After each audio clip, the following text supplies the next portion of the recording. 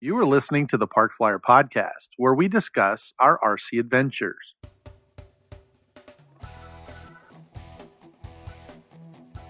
Welcome to the Park Flyer Podcast, where we discuss the ups and downs of the new RC Flyer.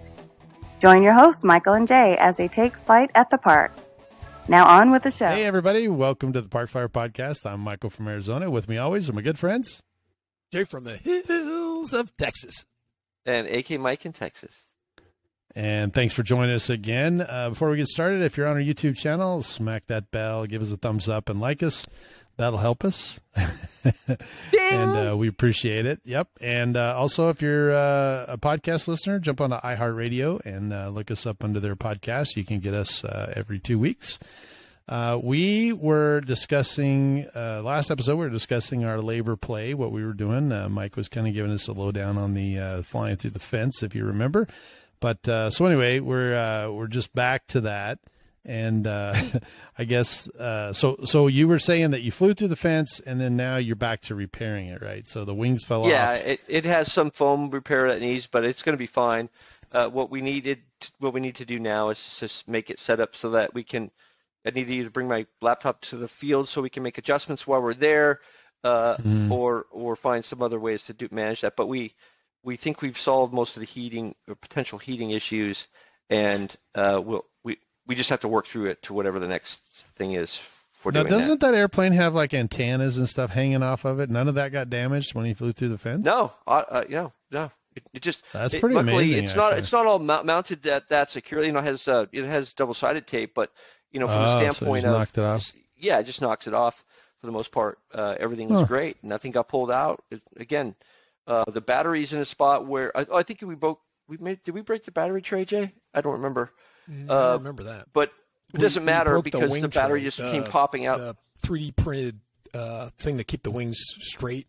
The wing. The wing. That got broken. But the good news is that those are reprintable if they broke. But it didn't break unrepairably, so it's all good, and it should be fine to use the way it is. Wow. I think that the most fun that we both had, at least I believe Jay had fun too, was when Jim let us fly his gasser. Yeah? Yeah. We got, it was, Jay, you remember the names of the planes? Because I don't. One of the planes was the Dolphin, and the other one was, I'm going to have a brain fart on that one. Easy Star? No, it wasn't an Easy Star. That was the Dolphin that you're talking about. But it was kind of like a it's an Ultra Stick. Ultra Stick, yeah, it was a stick type of plane. Yeah, but it was a bigger one. It was like a 46 or a 60 style. Yeah, that should be the Ultra. I think they make a mini stick and then they make a big ugly stick or something like that. Yeah, so this was a much bigger. This was a much bigger stick. It was it's like 60. It's probably called the ugly stick. Yeah, I think Brian even said that when he so. Jay, we met we got a new potential new club member for Jay's little club, and Jim was like, "Yeah, we actually have 3 people. This is going to be amazing." The guy named Brian showed up. You're growing. Yeah, exactly. Doubling in size. You got to be careful, Jay. Yeah, exactly. And so they met a guy named Brian. But what I want to kind of talk about, really, what I want to give you a chance to talk about. We talked about the Frankenfly, but the Franken-10 flew. Oh, that's right. Flew really successfully. Talk about that a little bit. Yeah. So Jim brought out the Franken-10, and as you know, every time we go out and we fly this plane, and if you look at some of the reviews, everybody's talking about the landing gear, and the landing gear is very weak, and it's just designed bad in the plane. Unlike AZ Mike's, A10, which lands anywhere, the gear's beautiful, never have a problem with it. This particular, the E-Flight version, with the dual 64, EDF motors, although the plane sips on the EDFs and it flies wonderfully, like I said, that undercarriage is just badly designed. And part of the problem is like the front gear, they don't give enough foam or beef to it within the because of the way they designed it, or to make the model look nice. They kind of skimped on foam on one side of it. So it's real thin. It gives way, and you can rip the nose off really easy on a hard landing. It's really badly designed. They didn't put like carbon fiber rods or anything all the way up through the nose, to help support it if they were going to have it that thin. And so basically this last crash that we had a successful flight. Jim actually flew it, and he was actually the one who, gave it the hard landing. So I was off the hook for once. Yay. So anyway, when he came, I guess he figured if he flew it, he couldn't do any worse. Well, yeah, than that's you crashing I can understand that, right? Out of the 8 times, that we've flown the plane, I've, between me breaking the ear almost every single time, he figured, what the heck, I can do better than this guy. Right. So anyway, he got up there, he flew the plane great. Once again, you just give it a hard landing, and that front gear folded. So this time when he came back, we were talking about it. And he actually came out to my house to help me with the project. And so I sat him down in front of the computer, and I showed him a redesigned part for that nose gear, because the piece that he had was all broken up and it was damaged too bad. So I said, hey, I can 3D print something for you. So we sat down. He talked to me about what parts he wanted to have reinforced, thicker, how he was going to mount it with a couple of screws, and, what he wanted me to do for holes and what, put them. And so I kind of took all of his input, put it together, and then I printed him out like 1 or 2 prototypes and gave it to him the next time we flew. And then he took that stuff home, or I think he took it. Yeah, he took it home that day. He took it home and he put it into the plane for this time that when we went out to fly. And we got out there and got the buddy boxes all set up. We were having a little bit of difficulty. Luckily, Mike was there to kind of mediate for us, to kind of get us, settled into understanding what each other wanted to have done. Sure. And got the plane up, got it flying. Once again, the plane flies brilliantly in the air. He didn't really have any problems with that at all. And like Mike was saying before, the days we flew, normally it's been gusting, especially since it's been so hot out, this whole summer. But, the temperature was down. It was kind of overcast the first 2 days we flew, and it was absolutely gorgeous, no wind. And Jim brought it in for a landing and did a great job, and the plane landed, not a problem. And we're like, yay! We brought the plane back. We're checking it out, and winky. You kind of grab the front gear and wiggle it, and I'm like, ooh, that seems a little loose, And Mike's like, yeah, that's fine. It'll fly. It'll fly. And I'm like, well, you might need to retighten it down or do whatever. I wasn't sure how Jim had it hard, in there, and he had wood screws holding it down. Because it went through the plastic into this big piece of plywood that he had in there. But, the wood screws, any hard landing or whatever get through. And so we were sitting there going, well, too bad you don't have a nut and and a bolt and whatever else. And, that would have been better. And Jim's like, yeah. And so Mike and I were working on something, talking about something else. And we turn around and we look back at what he's talking about. And he's like, okay, I think it'll fly again. And we're like, what? We wiggle it and we're like, well, wait. We're looking in there and we're like, hey, there's a bolt. Where'd that bolt come from? Jim's like, oh, I just put a bolt, da-da-da-da-da. And we're like, where did he whip that out? What toolkit did he get that out of? But he happened to have a spare nut and bolt, 2 of them to put put this thing in there securely. It wasn't even noticeable that he did that. It was like whip whip. We were just chatting, and it happened in like no time. 5 minutes. Like I said, we didn't even notice. He had a bolt and a nut in there, and all that stuff was like just going. Wow, it was amazing. He did it all behind your back. Yeah, basically. Yeah. So it was like kind of out of a cartoon. Two-faced. Blah, blah, blah. He was done. Yeah. So he whips out his air NASCAR. compressor and his tools. Exactly. So he did that fix. We checked out some other stuff. Everything else seemed good. We took it up again, flew it again, and another successful flight. He landed it, and no problems. I don't think we had any problems on the second landing. Yeah, it was good. Yeah, it was good. Landed it, No, it was fine. He did great. Yeah. Wow. the fun thing about that, we were talking a little bit about the gassers they let us fly. To Jim's credit, he was a little bit leery about letting me fly his gasser plane. I mean, well, I don't know why, because the last time podcast we had a couple, weeks ago, you were talking about crashing my L-39, so I get it. Yeah, I get it, Jim. I mean, to his credit, yeah. I mean, he was like, oh, I don't know about this guy, but the good news for me was, Jim flew it first, and he was sort of trying to land it, and we, it was struggling to get down because the damn thing floats. It just floats. Right. And so we were all trying to figure out what the heck, what we didn't know, what Jay and I didn't know, is that because the trim for the throttle has to be up so that the engine doesn't just cut off. It just doesn't die. Right. It just doesn't die. Right. And so he was like, oh, put the trim down. You'll be fine. Turn it down. And Jay and I was like, what does that mean? Like, how do you fly like that? And so. Engine trim. Right. And so we were taking off. So Jim flew it first and then Jay flew it. And I could see, Jay was struggling with it too. I mean, rightly so. Again, trying to figure out this engine trim stuff. And so I finally got to fly it. What was fun for me was I was challenged. I was like, I'm not going to use the engine trim. Like, I want to get this thing on the deck the way it is. I'm gonna float way out there and then touch down here with high trim. It's exactly what I did. So I would get to the, I don't know, I'd be off the runway 50 feet easy. Wow. and put it close to the deck over the weeds, basically. And Jim would be like, where's the plane? Oh, yeah, that's right. It's like, it's down there.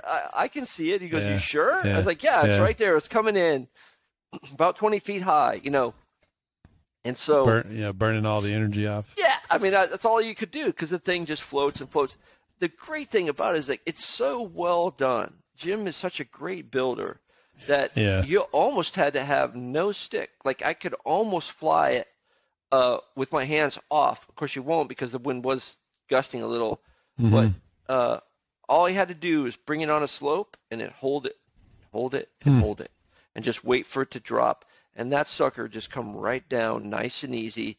And we all got to a point where we were just skimming it right off the ground and doing a go around and come around. And of course, there was occasional bounce. I mean, I had them, Jay had them, we all had, occasional time was like, that wasn't any good. I got to go around again, But sure.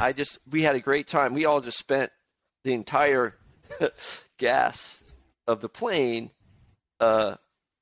taking off and landing. That's what we did the just whole doing time. Touch and goes. Yep. Touch and goes. The funny thing was I was third in line. So we got about a 15-minute gas tank, 10-minute gas tank, and I was third in line. And so one of the times I was flying it, I was doing a touch and go. I gave it the gas, and it goes, brrr, and I was like, what? And I pulled back, and it still had gas. And so I was able to get up off the ground. I'm like, what is that, Jim? He goes, it's probably out of gas. Yeah, probably so. Probably out of gas. Wait. Now you tell me. Don't we have a timer? Like, what's? I just kind of guess. I remember how long. It's like I can't remember how long the thing's in the air. How long have we been flying? I don't know, like 35 minutes. I got 16 minutes worth of gas. How long have we been flying? 35 minutes. Okay, not even we're a timer, probably out. Right? So I go around and I had plenty of gas to go around and come back down. So I put it on the ground, and he brings it over. We bring it over to the pit, and he's like, "Let's see how much gas is left." And he's like doing the thing to wind out the gas. He goes, "Damn, there's all tons of gas left." I was like, "Okay, really?" I mean, it's so we did that. We did that again, and it was a lot of fun. And the last time I did it, I thought it was out of gas because it sort of behaved the same way it did before. So as I was going down the downwind leg, I was like, rear, trying to see if it had gas left or not. It's like, do I have enough to go around? Right. So if I hit full throttle and it would die, then I figured air bubbles or whatever, I'm not going to do a go around again. But Jim's like, what are you doing? I'm seeing if there's gas left. I'm using up the gas to see if there's gas. That's what you're doing. I'm just trying to find out, is this thing going to keep flying or not? And that is hilarious. So part of that whole thing is that when I had it coming towards us when I was landing at one time, the trainer switch, or the engine cut switch is on the trainer set. switch. So it's on the trainer switch. He's like, hit the trainer switch, hit the trainer switch. I was like, what are you talking about? Hit the trainer switch. So I hit it and it cuts off. I'm like, oh, the trainer switch, got it. So that was basically, I think that was a joke that we had going on for like the rest of the time flying. It's like, yeah, hit the trainer switch, it'll be fine. You just bring it down. And we were flying one of my last flights of that particular plane, and Jim walks over to the plane. I put it down for a touch and go, getting ready to do a go around. That was after I did that rear, right? Yeah. He came up. Yeah. He came up to me. I don't know what his intentions were, but whatever they were, he hit the trainer switch just as I was starting to pour on the coals, which means the engine died. I was like, okay.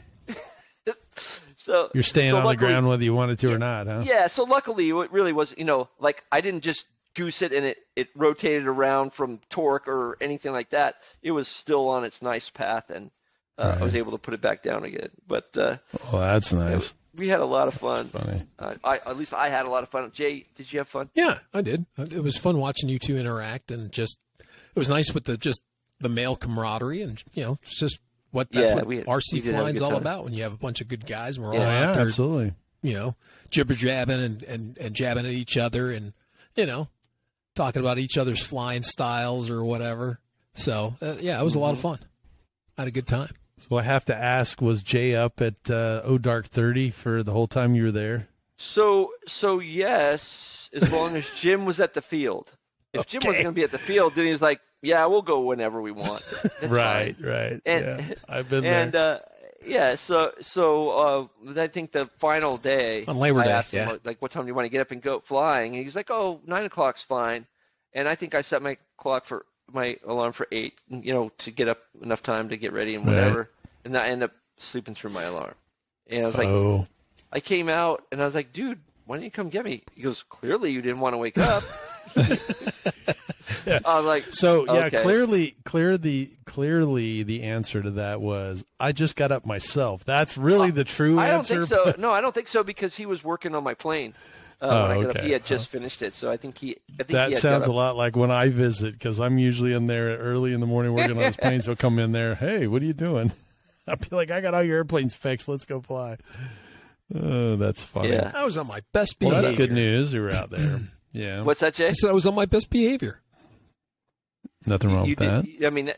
I mean, I think having a third person out there and someone to meet up with drives, a little bit course. It gets us motivated to the right direction. And well, especially Jim. I mean, we talk a lot about him on the podcast, and he really is a great guy, and he is very, he's the best builder. Personable. He's got great equipment, and he's always there with a smile and a story, a coffee, and donuts food, and breakfast. Yeah, food. He's always there breakfast. Yeah. And doesn't matter. I think that's why Jay wanted to show up on time, because he didn't want to miss breakfast. He wanted breakfast. Heck yeah. Donuts and kolache. Yeah. And it was good. Absolutely. That's you can't go wrong with that. Can't go wrong.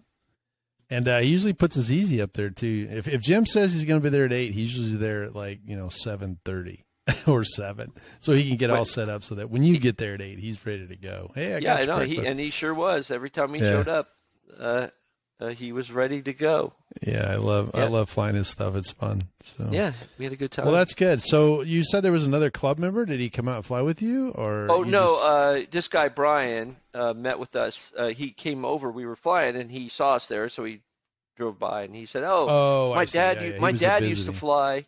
Yeah, my dad used to fly, and I live on this side of the hill or whatever. Right, we're right over there. Oh, gotcha. I saw you guys flying, right. So I wanted to come by. So he's seemed pretty. Have you talked to Brian, by the way? No, I haven't talked to Brian yet, so I don't know if the number I gave him was right. Really he saw you, so he just came over to see what was going on, basically. He did, and then he's like, okay. Oh, well, I need a buddy box. It's like, perfect. And of course, I kept saying, you could just fly with Jay, or you could fly with Jim. He's like, how come you don't want to fly with me? He's like, well, because I live in Dallas. He goes, oh, right. Okay. That's fair. Yeah, there you go. That's too funny. Yeah, Brian seems like a good guy. He seemed like a nice guy. Yeah, and his dad. Well, that's good news. Yeah, his dad flew some older stuff. He's talking about some of the gears. Like, yeah, we don't fly with that stuff anymore. Yeah, it's hard. Somebody just posted something the other day. I was thumbing through Facebook or something, and somebody had one of those old radios they were, putting back together. And yeah, I was just like, whoa, man, those days. Well, the good thing about the 75 megahertz stuff is that you show up at the field, you're probably the only one that got it. So you got the whole field to yourself. That's true. Nowadays you are. Yeah, that's true. You got the one flag in the whole field. Hey, I've got to hang my flag. Oh, that's awesome. That's too I don't even funny. think people understand what those protocols are anymore. Like, it's been long enough that we haven't flown without that gear that there's not. I mean, I saw some of the older clubs, but I wonder if anybody even knows what that protocol is about, like how that works. Yeah, there's still guys I think out there that use those. Most people have gone to the new digital radios, but I have seen guys with especially if they fly FPV or long distance gliders or stuff like that. It's if they feel like they're going to get away a little bit further away or higher or whatever, then they can't go wrong with megahertz. those. Yeah, 75 megahertz is awesome, especially when you got a cell tower nearby, right? Yeah, absolutely. Yeah. It's true. Yeah, because we've had that happen at the club. So you mentioned earlier to me as well that Mike came down. You did a little repair work on your Infinity Wing. Yeah, sure did. So we had talked about that before. Yeah. So since when we last talked about the mini Infinity Wing, that both of us busted ours up. I finally took a look. Right. When Mike came down, I said, well, now that I have a second set of hands, I'll attempt trying to put this thing together. So him and I kind of set up the day before we flew. I guess that was on Friday night. And we ended up putting the whole plane back together. And it wasn't terribly hard. I mean, luckily, mine was in like 3, maybe 4 pieces. And we had maybe one piece that was kind of tricky, trying to glue it and hold it and spritz on it and all that kind of stuff to get it right. But honestly, we were able to get the whole plane back together with some thick CA. We just took our time and spritzed as we went along. And like I said, everything was a clean break. And we got it all back together and flew it the next day. Unfortunately, you can't say you flew it. Well, it flew for that distance that we threw it. Well, that's the real problem, is that the thing decided to do nose up like my Panther did it last day. Yeah. So I can't tell if it's because we're just tossing it wrong, or if there's something. I don't know, because I moved the the battery forward, like I did last time, right? So I moved the battery forward so it'd be nose heavy ish. Right. Up to full power. Mike threw it. Don't know what happened. It didn't seem like it got caught on. He caught the elevator. Or he caught it on anything. He threw it, and that thing did the same things last time. Went straight up. This time, I kept the power on, but it still flipped over on its back. The minute it kind of flipped over, came around, cut the power, and it just hit, and it only broke the tail off. The tail kind of broke free. So it didn't break any worse or break into 3 pieces again, because once again we were doing over high grass. But that was very frustrating. I mean, we could have fixed it right there at the field, but at that time I was like, I don't know what's going on with this. I might have to talk with Eric and see what we're doing, or maybe throwing it wrong, or I haven't gotten hold of him yet, but it may just be that we're throwing it wrong, or we're not giving it enough thrust, and it's just a quirk of the plane. So I'll have to ask him. Yeah, well, that's cool. Well, so were you able to print out the parts that you needed? Is that what you did? We didn't print. I didn't print. No, we just glued it. You just glued everything. Just back glued together. everything back. Really, the cool thing about that is that the layers just sort of broke at the layer points. So all you had to do is put glue on there and then shove it together and spritz it, and then it would be. It's almost like you couldn't even tell there was a break there, except for the glue that might be left over. And then I think, didn't you epoxy it some too, Jay? Yeah, I put some epoxy. Remember I was telling you about that guy, Renee, and he was, he would sand it and then put epoxy on top of it, and it would give him a nice strong joint. So I did that for the tail where it broke again, but I think my epoxy was old. So that didn't help any because it didn't exactly cure like it should have cured. So it was definitely getting oldish. Yeah. So that wasn't exactly a good test. But, well, my wife caught me the other day digging through the trash can for the dryer sheets, and I had like 4 or 5 of them in my hand. They're all wadded up, and I'm all like straightening them out. And so she come walking in the laundry room, and she looked at me, she goes, "What are you doing?" And I'm standing there with all these dryer sheets, and she's like, "Are you digging in the trash there, George Costanza?" And I started laughing, and I go, "It's not an eclair, it's just dryer sheets." So she just shook her head, walked back out. I thought, yeah, that's a pretty tough explanation. So why are you digging in the garbage for dryer sheets? Well, at least you weren't putting them in your mouth or something like that. That would have been hard to explain, right? But I'm interested in doing that technique. I want to try that and see if how that works. Yeah, so that makes sense. Those are nice and fibrous, right? Yeah. Yeah, they are, and they should work. Speaking of epoxy and glues, in normal form for me, I have a little mini fridge in my shop, right? It's over in the little, kitchenette area. So I have a mini fridge where I keep my paints and my anything that's going to, that can harden up here in Arizona because it's 150 degrees. So I keep it in there just to kind of keep it at a cooler temperature. I don't keep it frozen, but I just keep it at cool. And I have some thin CA that I put back in the refrigerator, and I shut the door. So last night, my dad and I were doing this project, and he said, I told him, I said, "Hey, I think I can glue this together."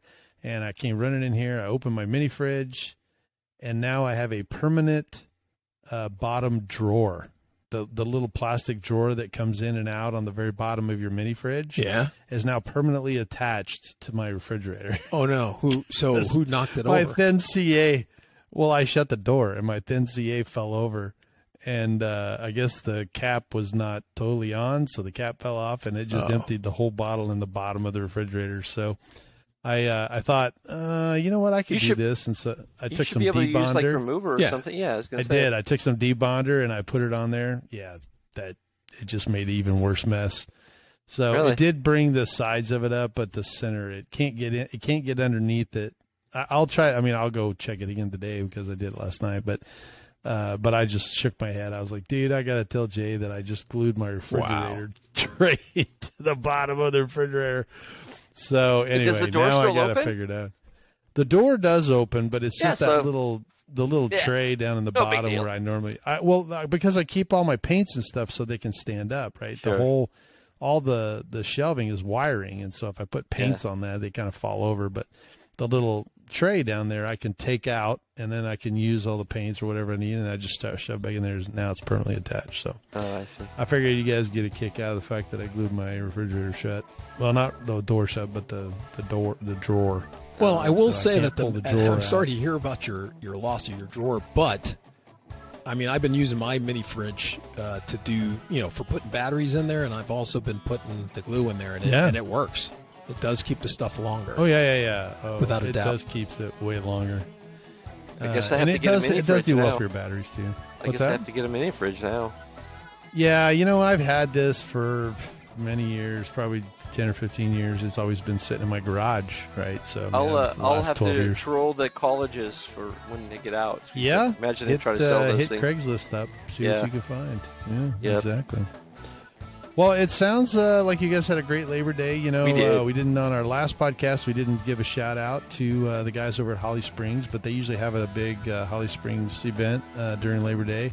Unfortunately, this year we were not able to attend. We had other commitments, and kind of wound up here. But we do want to give a shout out to them. We need to get Doug on and see how it went. Yeah. And maybe we can reach out to him and it's a great idea, or at least have him give us a little recap on what how the whole thing went and what they did this year. So it sounded like they had a real good turnout from what he was talking about. Yeah, from what I was looking at when they were posting stuff, it looked like they did just as well, if not better than the year prior. I think every year they up their game and give a shout out to the Holly Springs group. They're always supportive of us, and we like to support them as well. So yeah. Good stuff. Perfect.